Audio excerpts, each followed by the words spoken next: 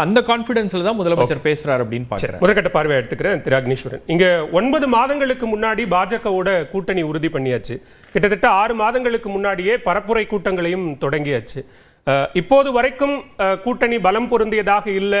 அந்த பலத்தை தாண்டி முதலமைச்சர் நாங்க ரொம்ப கான்ஃபிடென்ட்டாகவும் பலமாகவும் இருக்கிறோம் அப்படின்னு சொல்றார் அப்படின்னா அதை எப்படி புரிஞ்சுக்க?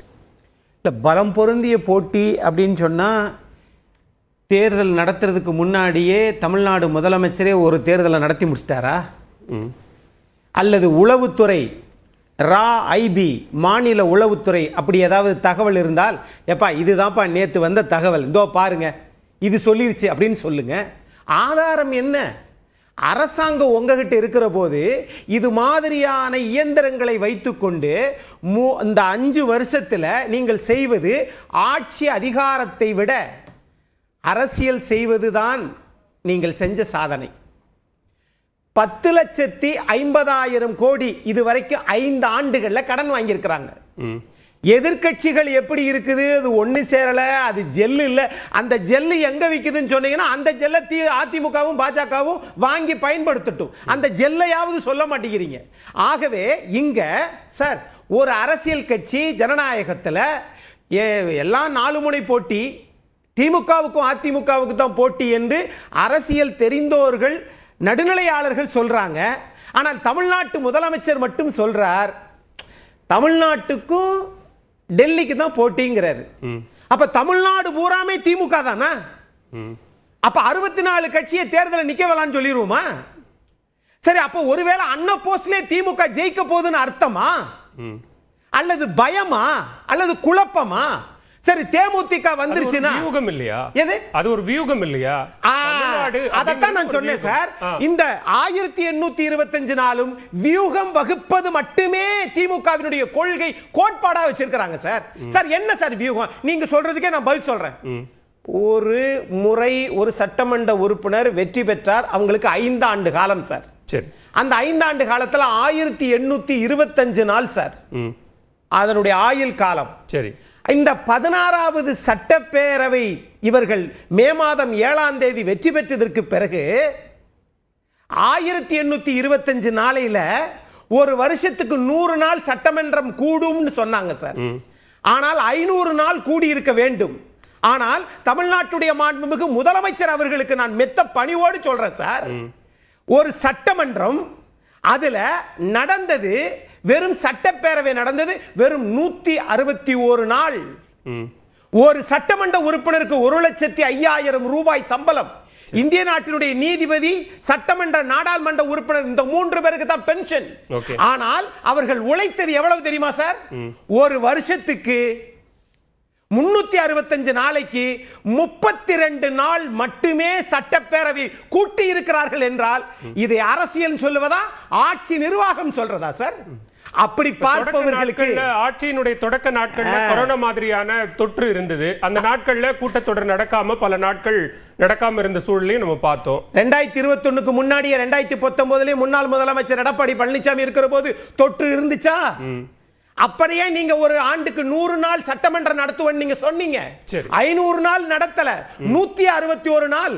அதுல 32 நாள் ஒரு வருஷத்துக்கு 365 நாளில் 32 நாள் சட்டப்பேரவை நடத்திட்டு நாங்கள் எங்களுக்கு எதிராப்புல போட்டியே இல்லை என்றால் ஜெயிச்சு என்ன பண்ணீங்க? சட்டமன்றமே நடத்தல. சரி, இப்ப தேர்தல் வருது. அதிமுக பாஜக கூட்டணி நாங்க வலிமையாயிட்டே போறோம், எங்களை எதிரிகள் துரோகிகள்னு சொல்லவங்க எல்லாம் கூட்டணிக்குள்ள வந்துட்டாங்கன்னு சொல்றீங்க. அப்ப நீங்க இன்னும் களத்துல அதிமுக நாங்க பலமோடு தான் இருக்கிறோம், ஆளும் கட்சியை எதிர்க்கக்கூடிய பலத்தோடு தான் இருக்கிறோம்னு சொல்லுங்க. அதுக்கு பதிலா சொல்லுங்க, அவங்க வந்து எங்களுக்கு எதிரிகளே இல்லை, பலம் பொருந்திய போட்டியே இல்லை அப்படின்னாங்கன்னா அதுக்கு அதிமுகவோட கவுண்டர் பதில் என்ன?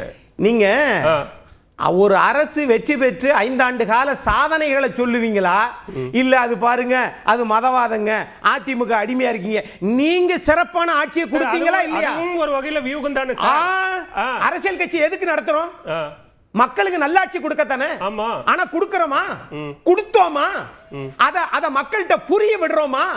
அந்த செய்தியை போய் சேர விடுறோமா? கிடையாதே சார்.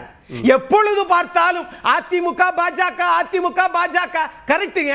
நீங்க செஞ்சது என்ன அப்படின்னு கேட்டா இதுல எதுவுமே கிடையாது. இன்னொன்னு, இது ஒரு காய் நகர்த்தலாகத்தான் பார்க்கிறேன். சரி, அப்படி நினைச்சிருந்தா நீங்க 2011 எதிர்க்கட்சியா கூட வர முடியலையா சார்? எப்படி சார் அது? ஒரு அரசியல் கட்சி தொடர்ந்து இந்த நாட்டை ஆளணும்னா காங்கிரஸ் இன்னொரு 400 வருஷத்துக்கு தமிழ் இந்தியாவை ஆண்டிருக்கணும். ஆனால் இருக்க இருக்க இருக்க இருக்க தேய்ந்து கொண்டே வருகிறது. பாரதிய ஜனதா முன்னாடி இருந்துச்சு, இப்ப 278, 82, 303, இன்னைக்கு 240. ஆக அரசியல்ல வெற்றி தோல்வி என்பது சகஜம். ஆனால் நாங்க தான் தொடர்ந்து வெற்றி பெறோம். எங்களுக்கு தான் குழு அமைச்சிருக்கிறாங்க, அந்த குழு பத்தி நாங்க கவலைப்பட மாட்டோம். எங்க கூட்டணியில பிரச்சனையே இல்ல. இதோ எதிர்த்தாப்புல பாருங்க பாஜக, அது மதவாதம். அப்ப நீங்க என்ன சபீர் பேசும்போது சொன்னாரு, அங்க சில சலசலப்புகள் ஏற்பட்டது, ஆனா அதை பேசி சரி பண்ணிட்டாங்க, அது சரி ஆயிரக்கூடிய நிலைமையில இருக்கு, அவங்க அந்த கூட்டணியை ஸ்ட்ரென்தன் பண்ணிக்கிட்டு இருக்காங்க. சோ அந்த அடிப்படையில கூட ஒரு நம்பிக்கையை வெளிப்படுத்துறது அப்படிங்கிற ஆஸ்பெக்ட்ல சொல்றாங்க. சலசலப்பே ஏற்படலையே. என்ன சலசலப்பு ஏற்பட்டது? ஒரு காரணத்தை சொல்லுங்க. அவர் சொன்னது திமுக கூட்டணியை சொல்றாங்க. அதத்தான் நானும் சொல்றேன். இல்ல திரு அக்னீஸ்வரன், நீங்க ஒரு பிரம்மாண்ட கட்சி வரும், கூட்டணி பலமாகும், பிரம்மாண்ட கூட்டணி அப்படின்னு சொன்ன ஒரு புள்ளி இருக்கு இல்லையா, அந்த புள்ளியை நிறைவு செஞ்சிட்டீங்களா? அரசியல் கட்சி கூட்டணி வந்து ஒரு ஃபைனல் வெர்ஷன் கிடைச்சிருச்சா, இறுதி வடிவம் கிடைச்சிருச்சா? அரசியல் கட்சி எதிர்பார்ப்பு நீட்டு விளக்கு வரும்னு திமுக சொல்லிச்சு. யாராவது நீட்டு விளக்கு ஏங்க கொண்டு வரல, எப்படிங்க நீங்க பலமான கூட்டணின்னு சொல்லிக்கிறீங்க அப்படின்னு யாராவது கேக்குறோமா? சரி, கேட்க மாட்டேங்கிறோம். அதே மாதிரி நீங்க வந்து திரு மாணிக்கம் தாக்கூர் என்னங்க ஐடி விங்க, திமுக ஐடி விங்க என்ன சொல்றாரு? அத பத்தி யாராவது திமுக ஐடி விங்க பதில் சொன்னாங்களா? அத பத்தி எல்லாம் பேச வேணாம். ஒரு வாரமாக நீங்க மரியாதைக்குரிய நகராட்சி துறை அமைச்சர் 3 முறை அமலாக்கத்துறை அனுப்பிச்சு விட்டுச்சு, எந்த நடவடிக்கை எடுக்கல. பொறுப்பு டிஜிபி போட்டிருக்கோம். சுதந்திர இந்தியாவில் தமிழ்நாட்டில் 52 இருந்து இன்ன வரைக்கும் ஒரு பொறுப்பு டிஜிபி யாராவது இருக்காங்களா சார்? சார் அந்த டிஜிபிக்கு நெஞ்சுவலி வந்துருச்சு சார். சரி, அதனால இன்னைக்கு நீதிமன்றம் தலையிட்டு திரு கே.என். நேரு அவர்கள் மீது நடவடிக்கை எடுக்க சொல்லி இருக்கிற. இது தமிழ்நாட்டில் யாராவது எடுக்கிறோமா, பேசுறோமா? நிர்வாக சிக்கல்களோடு நாங்கள் தான் வெற்றி பெறுவோம். ஆனால் நாங்கள் தான் வெற்றி பெறுவோம். ஏன்னா உண்மையான செய்தியை மக்கள்கிட்ட சேர விடாம மூளைச்சலவை செய்கிறது. என்னோட கேள்வி மட்டும் எடுத்துக்கோங்க. நீங்க சொல்ற அந்த நிர்வாக சிக்கல்கள் எல்லாம் உள்ளடங்கியதுதான் தேர்தல் வியூகமும் அப்படின்னு நீங்க சொல்ல வரீங்களா? நிர்வாக சிக்கல்கள் வேற, தேர்தல் வியூகம் வேற அப்படின்னு பிரிச்சு பார்க்க கூடாதா? ஒரு அரசியல் கட்சிக்கு எது தேவை? 4.5 ஆண்டு காலம் ஆட்சி செஞ்சார் எடப்பாடி பழனிசாமி அவர்கள். 7.5 என்கிற ஒரு சரித்திரத்தை நிலைநாட்டி விட்டு போனார். அருந்ததியர் இடஒதுக்கீடு என்ற ஒன்றை கலைஞர் இறந்ததற்கு பிறகு உச்ச நீதிமன்றம் செல்லும்டுது. 69% இடஒதுக்கீடு இந்தியாவில் எங்கேயுமே இல்ல, தமிழ்நாட்டில் இருக்கிறது.